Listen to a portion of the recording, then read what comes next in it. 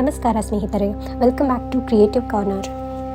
ಇವತ್ತಿನ ಈ ವ್ಲಾಗ್ನಲ್ಲಿ ನಮ್ಮ ನಾಡಿನ ಸಂಸ್ಕೃತಿಯಲ್ಲಿ ಬಹಳ ವಿಶೇಷವಾಗಿ ಇರತಕ್ಕಂತಹ ನಾಗರ ಪಂಚಮಿಯ ಆಚರಣೆಯ ಬಗ್ಗೆ ಮಾತಾಡೋಣ. ನಮ್ಮಲ್ಲಿ ಚಿಕ್ಕಂದಿನಿಂದಲೂ ನಾಗರ ಪಂಚಮಿ ಅಂದರೆ ನಾಗದೇವರಿಗೆ ಪೂಜೆ, ಹಾಲಿನ ಅಭಿಷೇಕ, ಪಾತೊಳ್ಳಿ ಇವೆಲ್ಲ ನೋಡಿಕೊಂಡು ಬೆಳೆದಿರುವಂತಹದ್ದು. ಅದರಲ್ಲೂ ನಾನು ಕರ್ನಾಟಕದ ಕರಾವಳಿ ಭಾಗದವಳಾಗಿರುವುದರಿಂದ ತುಳುನಾಡಿನಲ್ಲಿ ನಾಗನಿಗೆ ಯಾಕೆ ಇಷ್ಟು ಮಹತ್ವ ಮತ್ತು ಈ ನಾಗಬನಗಳ ವಿಶೇಷತೆ ಏನು ಎನ್ನುವಂತಹದ್ದನ್ನು ಈ ವ್ಲಾಗ್ನಲ್ಲಿ ನಾನು ತಿಳಿಸಿಕೊಡ್ತೀನಿ.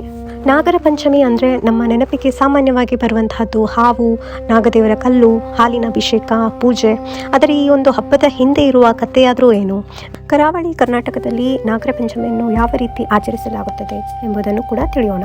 ನಾಗರ ಪಂಚಮಿಯನ್ನು ಶ್ರಾವಣ ಮಾಸದ ಶುಕ್ಲ ಪಕ್ಷದ ಪಂಚಮಿ ತಿಥಿಯಂದು ಆಚರಿಸಲಾಗುತ್ತದೆ. ಭಾರತದ ಹಲವು ಭಾಗಗಳಲ್ಲಿ ನಾಗದೇವರ ಆರಾಧನೆ ನಡೆಯುತ್ತದೆ. ಆದರೆ ಕರಾವಳಿ ಕರ್ನಾಟಕದ ತುಳುನಾಡಿನಲ್ಲಿ ನಾಗಾರಾಧನೆಗೆ ಇರುವ ಸ್ಥಾನ ಸ್ವಲ್ಪ ವಿಭಿನ್ನವಾಗಿದೆ. ಇಲ್ಲಿ ನಾಗ ಅಂದರೆ ಕೇವಲ ಹಾವಲ್ಲ, ಅದು ಒಂದು ದೇವತೆ, ಒಂದು ನಂಬಿಕೆ, ಒಂದು ಕುಟುಂಬದ ಪರಂಪರೆ ಮತ್ತು ಪ್ರಕೃತಿಯ ಜೊತೆಗಿನ ಸಂಬಂಧ. ತುಳುನಾಡಿನ ಅನೇಕ ಕಡೆಗಳಲ್ಲಿ ನೀವು ನಾಗಬನಗಳನ್ನು ನೋಡಬಹುದು.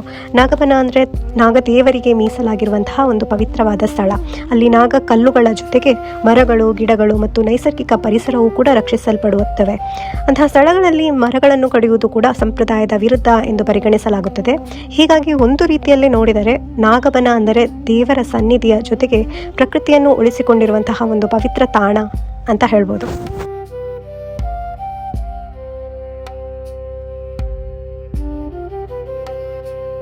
ತುಳುನಾಡಿನ ಜೀವನವನ್ನು ನೋಡಿದರೆ ಇದು ಪ್ರಕೃತಿಯ ಜೊತೆ ಬಹಳ ಹತ್ತಿರದ ಸಂಬಂಧ ಹೊಂದಿರುವಂತಹ ಸಂಸ್ಕೃತಿ. ಕೃಷಿ, ಗದ್ದೆ, ಕಾಡು, ನದಿ, ಮಳೆ ಇದೆಲ್ಲವೂ ಬದುಕಿನ ಒಂದು ಭಾಗ. ಹಳೆಯ ಕಾಲದಲ್ಲಿ ಕೃಷಿ ಪ್ರದೇಶಗಳಲ್ಲಿ ಹಾವುಗಳು, ಇಲಿಗಳಂತಹ ಬೆಳೆ ಹಾನಿಕಾರಕ ಜೀವಿಗಳ ಸಂಖ್ಯೆಯನ್ನು ನಿಯಂತ್ರಿಸುವುದರಿಂದ ಕೃಷಿಗೂ ಸಹಾಯವಾಗುತ್ತಿತ್ತು. ಹೀಗಾಗಿ ನಾಗನನ್ನು ಪ್ರಕೃತಿಯ ಒಂದು ಪ್ರಮುಖ ಭಾಗವಾಗಿ ಗೌರವಿಸುವ ಮನೋಭಾವವು ಬೆಳೆದಿರಬಹುದು. ಆದರೆ ನಾಗಾರಾಧನೆಯ ನಿಖರ ಆರಂಭ ಯಾವಾಗ ಆಯಿತು ಅನ್ನೋದನ್ನು ಇತಿಹಾಸದಲ್ಲಿ ಒಂದು ದಿನ ಅಥವಾ ಒಂದು ಕಾಲಕ್ಕೆ ಕಟ್ಟಿಹಾಕುವುದು ಕಷ್ಟ.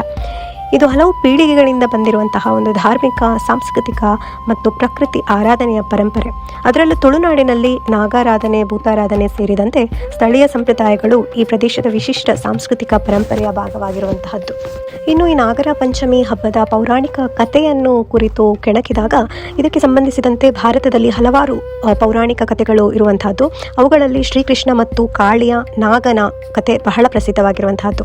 ಒಮ್ಮೆ ವೃಂದಾವನದ ಯಮುನಾ ನದಿಯಲ್ಲಿ ಕಾಳಿಯ ಎಂಬ ವಿಷಕಾರಿ ನಾಗ ವಾಸಿಸುತ್ತಿದ್ದನೆಂಬ ಪುರಾಣ ಕಥೆ ಹೇಳುತ್ತದೆ.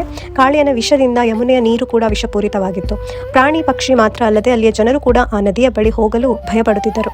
ಒಂದು ದಿನ ಬಾಲಕೃಷ್ಣ ತನ್ನ ಸ್ನೇಹಿತರ ಜೊತೆ ಯಮುನೆಯ ತೀರದಲ್ಲಿ ಆಟವಾಡುತ್ತಿದ್ದಾಗ ಆ ನೀರಿನ ವಿಷದ ಬಗ್ಗೆ ತಿಳಿದುಕೊಂಡ ಕೃಷ್ಣನು ಯಮುನೆಯ ನೀರಿಗೆ ಧುಮುಕುತ್ತಾನೆ.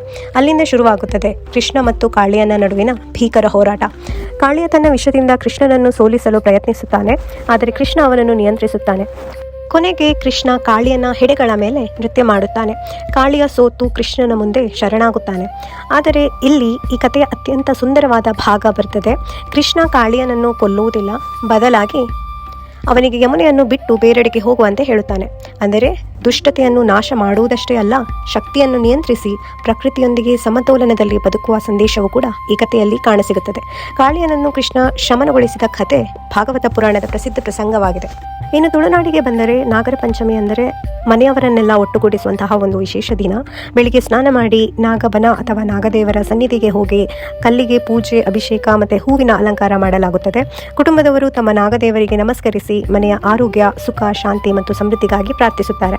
ಕೆಲವು ಕುಟುಂಬಗಳಲ್ಲಿ ತಮ್ಮ ಮೂಲ ಸ್ಥಾನದ ನಾಗದೇವರಿಗೆ ವಿಶೇಷ ಪೂಜೆ ಸಲ್ಲಿಸುವ ಸಂಪ್ರದಾಯವೂ ಇರುವಂತಹದ್ದು. ಅಂದರೆ ಇಲ್ಲಿ ನಾಗಾರಾಧನೆ ಕೇವಲ ಒಂದು ದೇವಸ್ಥಾನದ ಪೂಜೆಯಲ್ಲ, ಅದು ಕೆಲವೊಂದು ಕುಟುಂಬಗಳಿಗೆ ತಮ್ಮ ಪೂರ್ವಜರು, ಮೂಲಸ್ಥಾನ ಮತ್ತು ಪರಂಪರೆಯ ಜೊತೆಗಿನ ಸಂಬಂಧವೂ ಹೌದು. ತುಳುನಾಡಿನ ಕೆಲವು ಪರಂಪರೆಗಳಲ್ಲಿ ಕುಟುಂಬದ ಮೂಲಸ್ಥಾನ ಅಥವಾ ಮೂಲಸ್ಥಾನದ ನಾಗದೇವರ ಆರಾಧನೆಗೆ ಬಹಳ ವಿಶೇಷವಾದ ಸ್ಥಾನ ಇದೆ. ನೀವು ತುಳುನಾಡಿನ ನಾಗಬನವನ್ನು ಗಮನಿಸಿದರೆ ಒಂದು ವಿಶೇಷವಾದ ವಿಷಯ ಗೊತ್ತಾಗುತ್ತದೆ. ಸಾಮಾನ್ಯವಾಗಿ ದೇವಾಲಯ ಅಂದರೆ ಕಲ್ಲಿನ ಕಟ್ಟಡ, ಗೋಪುರ, ಗರ್ಭಗುಡಿ. ಆದರೆ ನಾಗಬನದಲ್ಲಿ ಮರಗಳೇ ಗೋಡೆಗಳು, ಮಣ್ಣೇ ನೆಲ, ಪ್ರಕೃತಿಯೇ ಪರಿಸರ. ನಾಗಕಲ್ಲುಗಳ ಸುತ್ತಲಿನ ಮರಗಳನ್ನು ಸಂರಕ್ಷಿಸುವಂತಹ ಪದ್ಧತಿ ಇವತ್ತಿಗೂ ಕೂಡ ಇರುವಂತಹದ್ದು. ಅಲ್ಲಿ ಜೀವಿಸುವ ಸಣ್ಣ ಸಣ್ಣ ಜೀವಿಗಳನ್ನು ಉಳಿಸುತ್ತವೆ. ಹೀಗಾಗಿ ನಮ್ಮ ಹಿರಿಯರು ಧಾರ್ಮಿಕ ನಂಬಿಕೆಯ ಮೂಲಕವೇ ಒಂದು ರೀತಿಯಲ್ಲಿ ಪ್ರಕೃತಿಯನ್ನು ಸಂರಕ್ಷಿಸುವ ವ್ಯವಸ್ಥೆಯನ್ನು ಬೆಳೆಸಿಕೊಂಡಿದ್ದರು ಅಂತ ನೋಡ್ಬೋದು.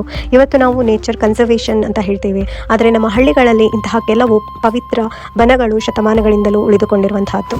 ಇನ್ನು ನಾಗರ ಪಂಚಮಿ ಅಂದರೆ ಕೇವಲ ಪೂಜೆ ಮಾತ್ರ ಅಲ್ಲ, ಕರಾವಳಿಯ ಮನೆಗಳಲ್ಲಿ ಈ ದಿನದ ಊಟಕ್ಕೂ ಕೂಡ ತಮ್ಮದೇ ಆದ ಸೊಗಡು ಇರುವಂತಹದ್ದು. ಅದರಲ್ಲೂ ಅರಶಿನದ ಎಲೆಯಲ್ಲಿ ಬೇಯಿಸುವ ಪಾತೋಳಿ, ಅಕ್ಕಿ ಹಿಟ್ಟಿನ ಪದರ, ಅದರೊಳಗೆ ತೆಂಗಿನಕಾಯಿ ಮತ್ತು ಬೆಲ್ಲದ ಸಿಹಿ ಹೂರಣ, ಅದನ್ನು ಅರಶಿನದ ಎಲೆಯಲ್ಲಿ ಸುತ್ತಿ ಆವಿಯಲ್ಲಿ ಬೇಯಿಸಿದಾಗ ಅರಶಿನ ಎಲೆಯ ಪರಿಮಳ, ತೆಂಗಿನಕಾಯಿ ಮತ್ತು ಬೆಲ್ಲದ ರುಚಿ ಇದು ನಾಗರ ಪಂಚಮಿಯ ನೆನಪನ್ನು ಇನ್ನಷ್ಟು ವಿಶೇಷವಾಗಿಸುತ್ತದೆ. ಹಬ್ಬ ಅಂದರೆ ದೇವರ ಪೂಜೆ ಮಾತ್ರವಲ್ಲ, ನಮ್ಮ ಮನೆಯ ರುಚಿ, ನಮ್ಮ ಊರಿನ ನೆನಪು, ನಮ್ಮ ಅಜ್ಜಿ ಅಮ್ಮಂದಿರ ಕೈಚಳಕ ಇವೆಲ್ಲವೂ ಅದರ ಭಾಗ. ಹಾಗಾಗಿ ನಾಗರ ಪಂಚಮಿ ಅಂದರೆ ಕೇವಲ ಹಾವಿಗೆ ಹಾಲು ಎರೆಯುವ ಒಂದು ದಿನ ಅಂತ ನೋಡಿದರೆ ಈ ಹಬ್ಬದ ಹಿಂದಿರುವ ದೊಡ್ಡ ಅರ್ಥವನ್ನು ನಾವು ಕಳೆದುಕೊಳ್ಳುತ್ತೇವೆ. ಇದು ಒಂದು ಕಡೆ ಪೌರಾಣಿಕ ನಂಬಿಕೆ, ಇನ್ನೊಂದು ಕಡೆ ಕುಟುಂಬದ ಪರಂಪರೆ, ಮತ್ತೊಂದು ಕಡೆ ಪ್ರಕೃತಿಯ ಜೊತೆಗಿನ ನಮ್ಮ ಸಂಬಂಧ. ಹೀಗೆ ತುಳುನಾಡಿನ ನಾಗಬನಗಳು ನಮಗೆ ಒಂದು ಸುಂದರವಾದ ಸಂದೇಶವನ್ನು ನೆನಪಿಸುತ್ತವೆ. ದೇವರನ್ನು ಪೂಜಿಸುವುದಷ್ಟೇ ಅಲ್ಲ, ದೇವರ ಸೃಷ್ಟಿಯನ್ನು ಕೂಡ ಕಾಪಾಡಬೇಕು.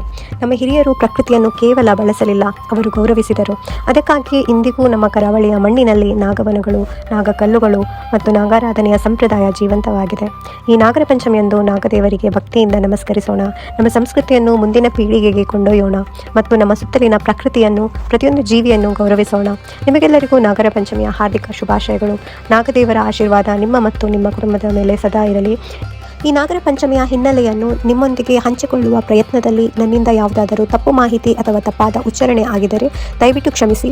ನಮ್ಮ ಸಂಸ್ಕೃತಿ ಮತ್ತು ಪರಂಪರೆಯ ಕುರಿತಾದ ಈ ಪ್ರಯತ್ನ ನಿಮಗೆ ಇಷ್ಟವಾಗಿದ್ದರೆ ವಿಡಿಯೋವನ್ನು ಲೈಕ್ ಮಾಡಿ, ಶೇರ್ ಮಾಡಿ ಮತ್ತು ನಮ್ಮ ಚಾನೆಲ್ ಅನ್ನು ಸಬ್ಸ್ಕ್ರೈಬ್ ಮಾಡಿ.